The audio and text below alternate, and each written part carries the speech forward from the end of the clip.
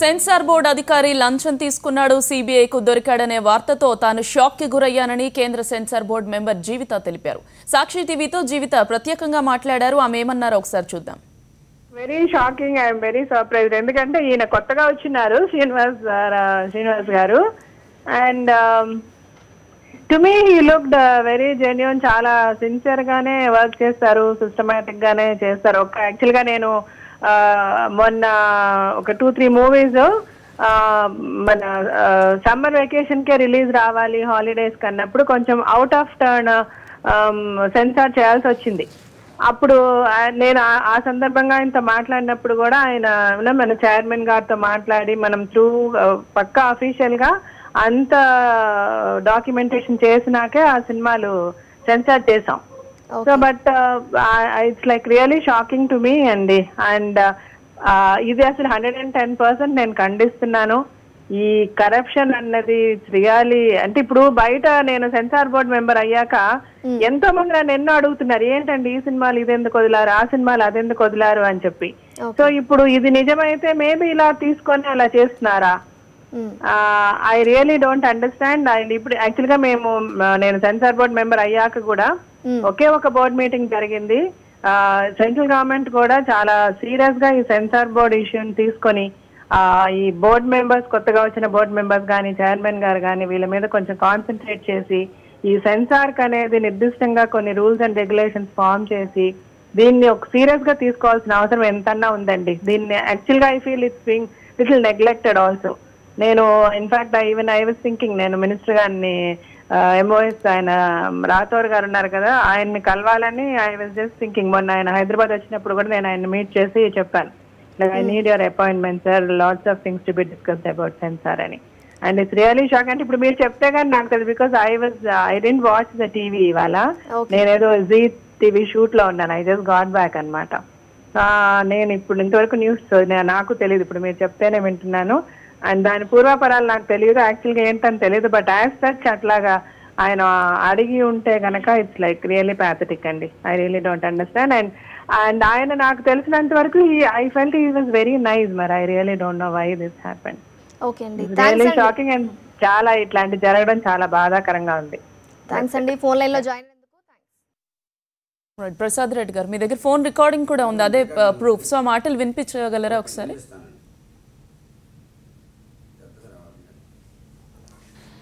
On చేయండి. Loud speaker కొంచెం పెడతారా వచ్చి? స్పీకర్ ఆన్ చేయండి. మీరు కాల్ చేస్తున్న వినియోగదారు వస్తుందండి.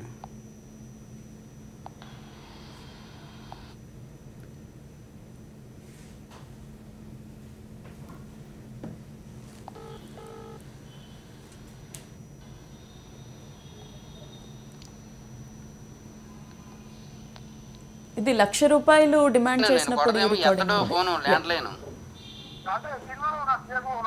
అవునాడండి, ఎత్తట్లేదు ల్యాండ్ లైన్. ఆయన డైరెక్ట్ ఇచ్చొచ్చా నేను వెళ్ళి?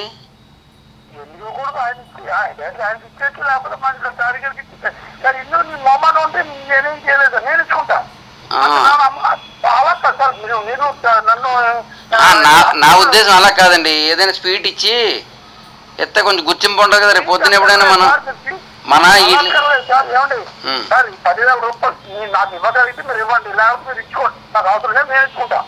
ఓకే అండి. లేదులేండి, ఇచ్చేస్తానండి, తీసుకెళ్ళి ఇచ్చేస్తానండి, ఇబ్బంది ఏం లేదు. లేదా ఓకే అండి. ఓకే అండి. ఆయన అడిగాడు కదా, డైరెక్ట్గా అడిగేసాడు కదండి నన్ను. తీసుకుంటలేదండి డైరెక్ట్గాను, నన్ను స్వయంగా అడిగాడు ఆయనే. మీరు పంపించారు కదా రూమ్లోకి.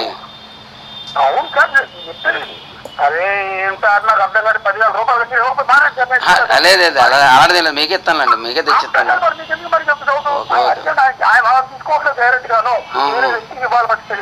అవునండి.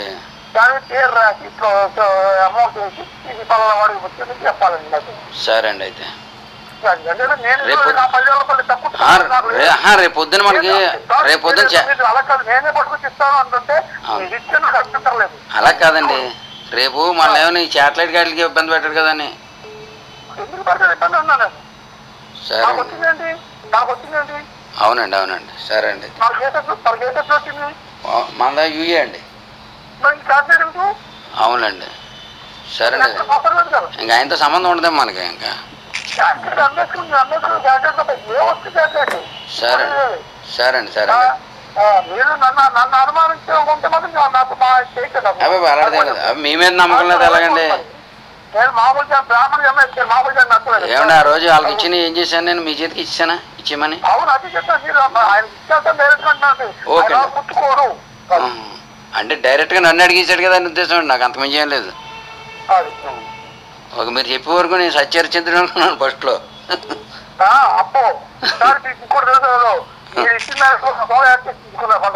అవునండి, సున్నా యాడ్ చేశారండి. 1,00,000 అండి? అయ్యో బాబాయ్, ₹1,00,000 అవుతున్నాడు సినిమాకి. అవునండి, మనం ఒక రకంగా చాలా గొప్ప అండి. మనం ఒక రకంగా చాలా గొప్ప వాళ్ళమే, తక్కువతో బయటపడ్డాం అండి. అవునండి. ఏంటి దానికి ఎంత ఇచ్చారండి? మిగతా వీటికి పెద్ద సినిమాలకి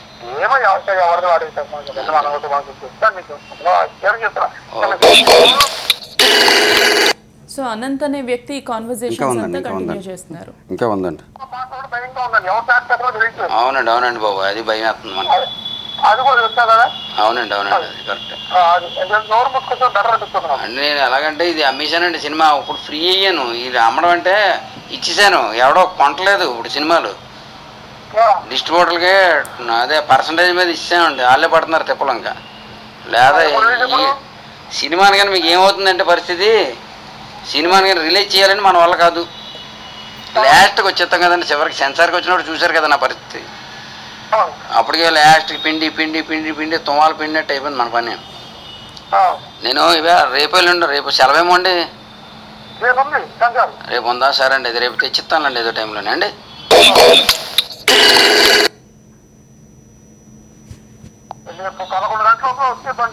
ఓకే అండి,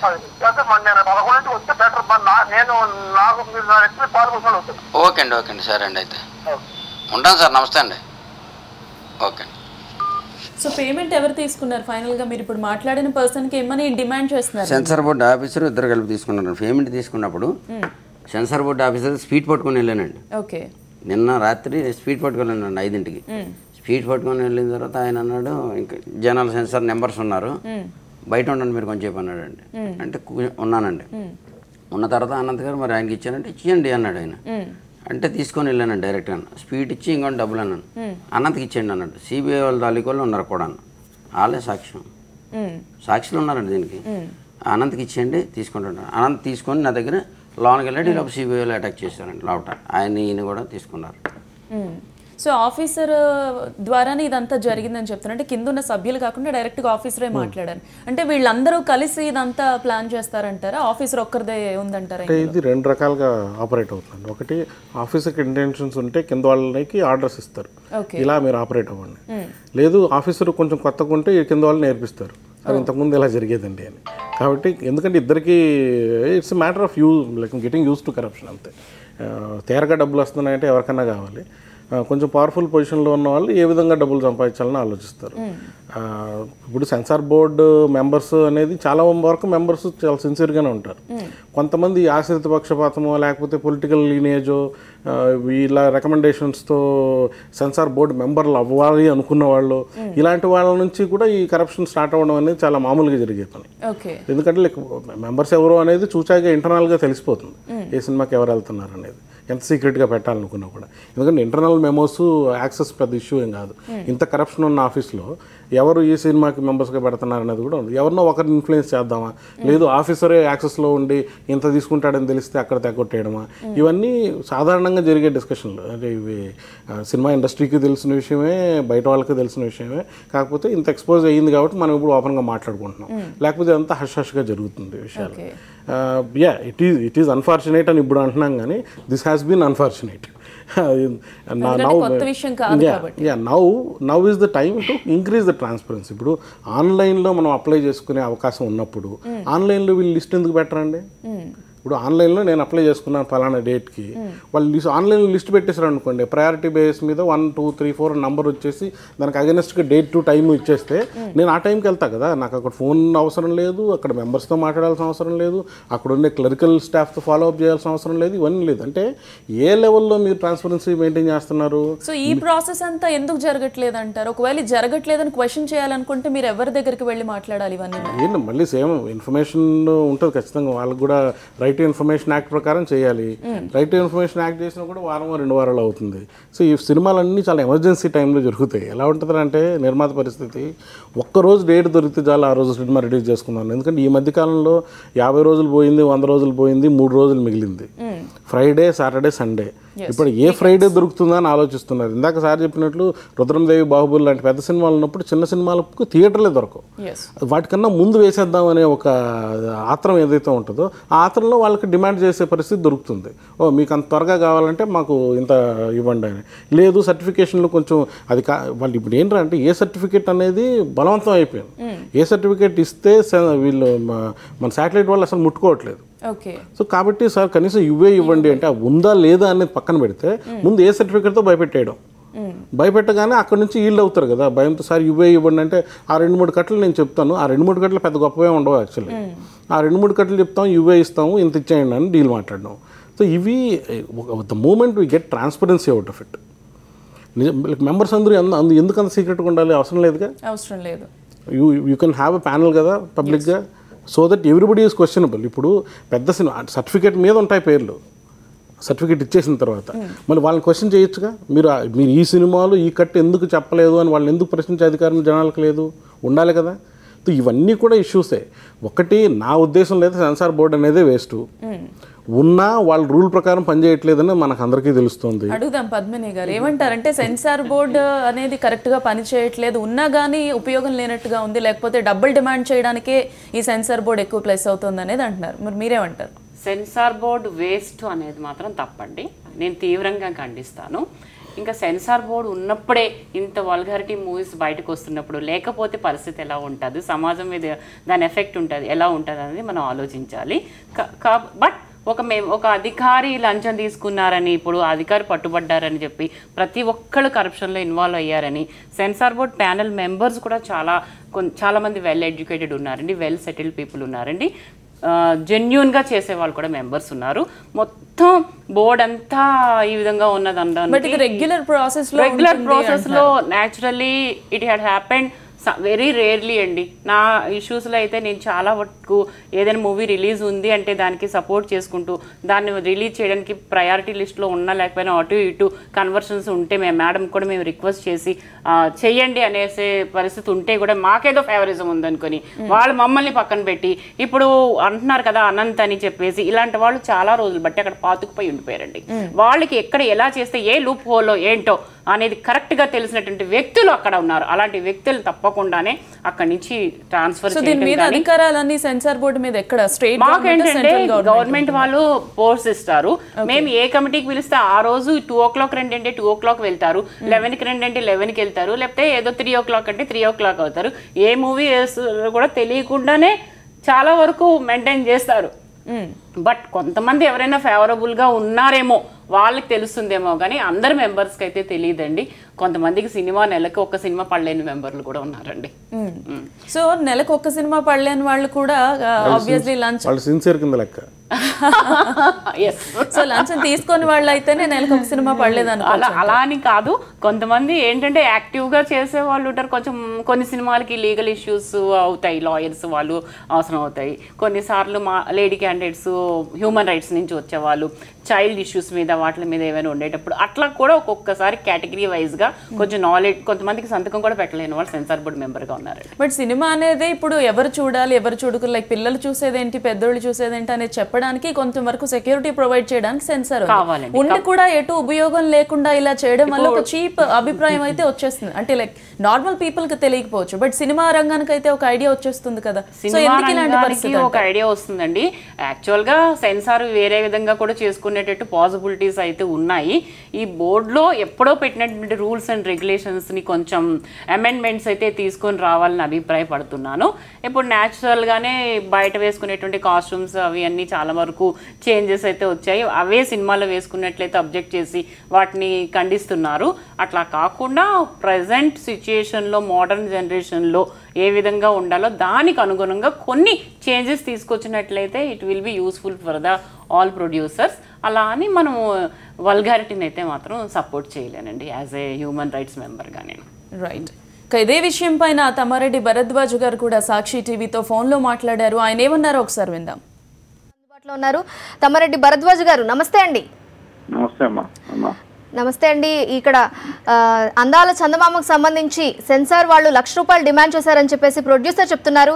అలాగే ఆయనకి 1 crore ఇన్కమ్ వస్తుంది నెలకి, ఆయన ఎప్పుడు ఇలా చేస్తూ ఉంటారని చెప్పేసి ప్రొడ్యూసర్ చెప్తున్నారు. నా దగ్గర పక్కా ఆధారాలు ఉన్నాయని కూడా. మరి దీని గురించి ఏమంటారు? ఆఫీసర్ వచ్చే నెల కూడా అయినట్లేదు కదా, ఏంటండి? ఈ ఆఫీసర్ వచ్చే 1 month అయినట్టుంది కదా. ఆ ప్రొడ్యూసర్ చెప్తున్నారు, నాకు తెలుసు ఈయన పక్కాగా ఇలా తీసుకుంటూ ఉంటారు, ఆయనకి నెలకే 1 crore ఇన్కమ్ ఉంటుంది అని చెప్పేసి. ఇప్పుడు ఇంతకుముందు ఉండదేమో కానీ అంతేమో ఉంటుందేమో కానీ ఉంటుంది, ఇన్కమ్ ఉంటుంది అనుకుంటా. అన్ని సినిమాలు ఉండవు కదా, 1 crore అంటే 100 films ఉండాలి. మంత్లీ 100 films రిలీజ్ అవ్వవు కదా. ఎవ్రీ ఫిలిం కూడా ఈ విధంగా తీసుకుంటూ ఉంటారు అని చెప్పేసి, లంచాలు తీసుకుంటూ ఉంటారు. అందువల్ల నా దగ్గర ఆధారాలు కూడా ఉన్నాయి, అందువల్లే సిబిఐని నేను అప్రోచ్ అయ్యాను కూడా చెప్తున్నారు. అదే తీసుకుంటారో తీసుకోరా అనేది పక్కన పెడితే తీసుకున్నా కూడా అంత అవ్వదు అంటున్నా.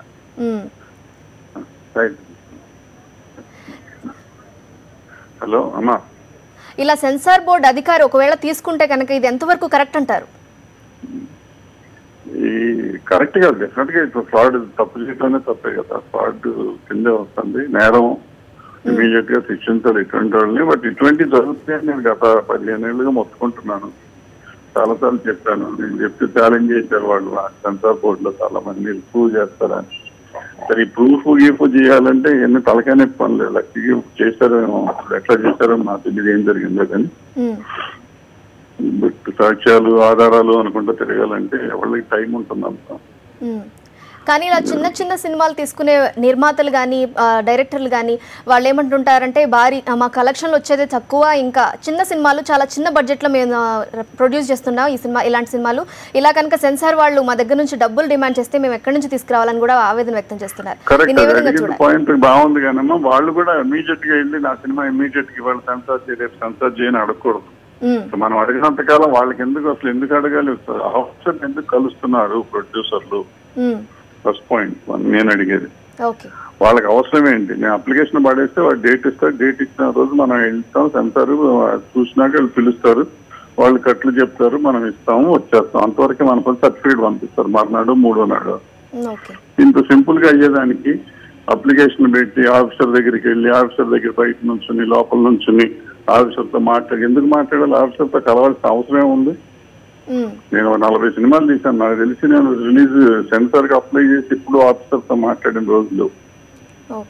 వాళ్ళు డేట్ ఇస్తారు, మనం వెళ్తాము, చూస్తాం, వస్తాం, తర్వాత సర్టిఫికేట్ వాళ్ళు ఇస్తారు.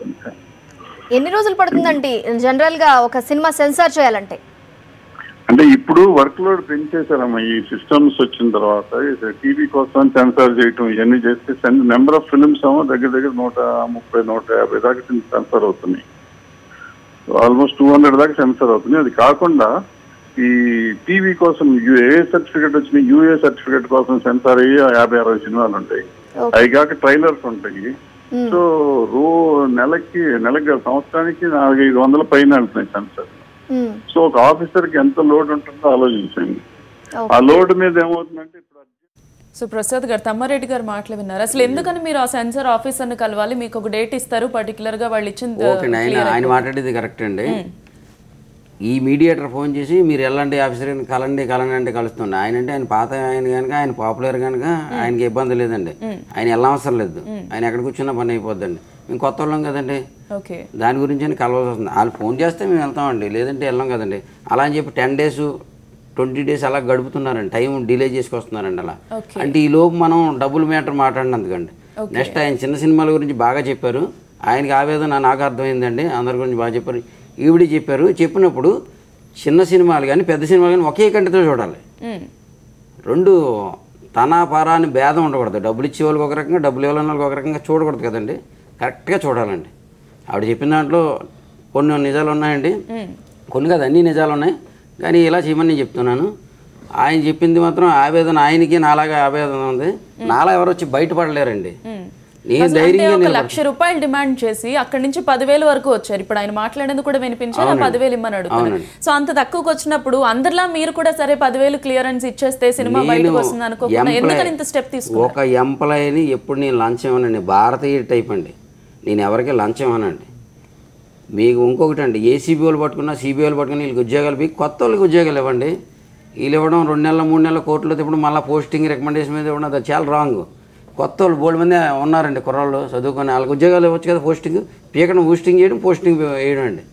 ఆ ఏసీబీ వాళ్ళు పట్టుకోవడం చాలా కష్టపడి పట్టుకుంటారు, తీసి పారదొబ్బుతున్నారు వాళ్ళ పక్కకి. సిబిఐ చాలా కష్టపడి పట్టుకుంటారండి, పక్కా ప్రూఫ్స్ లేకుండా. సిబిఐ మీరు చూపించిన ప్రూఫ్ లో అనంత్ అనే వ్యక్తి వాయిస్ క్లియర్ గా వినిపిస్తుంది. ఎందుకంటే నేను డైరెక్ట్ గా వెళ్ళి ఆఫీసర్ తో ఇస్తాను అని చెప్పినా సరే నమ్మకం లేదా నా మీద అని అడిగేంత డిమాండ్ చేస్తున్నారు. సో ఈయన కూడా అరెస్ట్ చేశారా? ఈయన విషయం ఇద్దరు చేశారండి అరెస్ట్. ఇద్దరు కలిపి ఇద్దరు రెడ్ హ్యాండెడ్ గా దొరికారండి.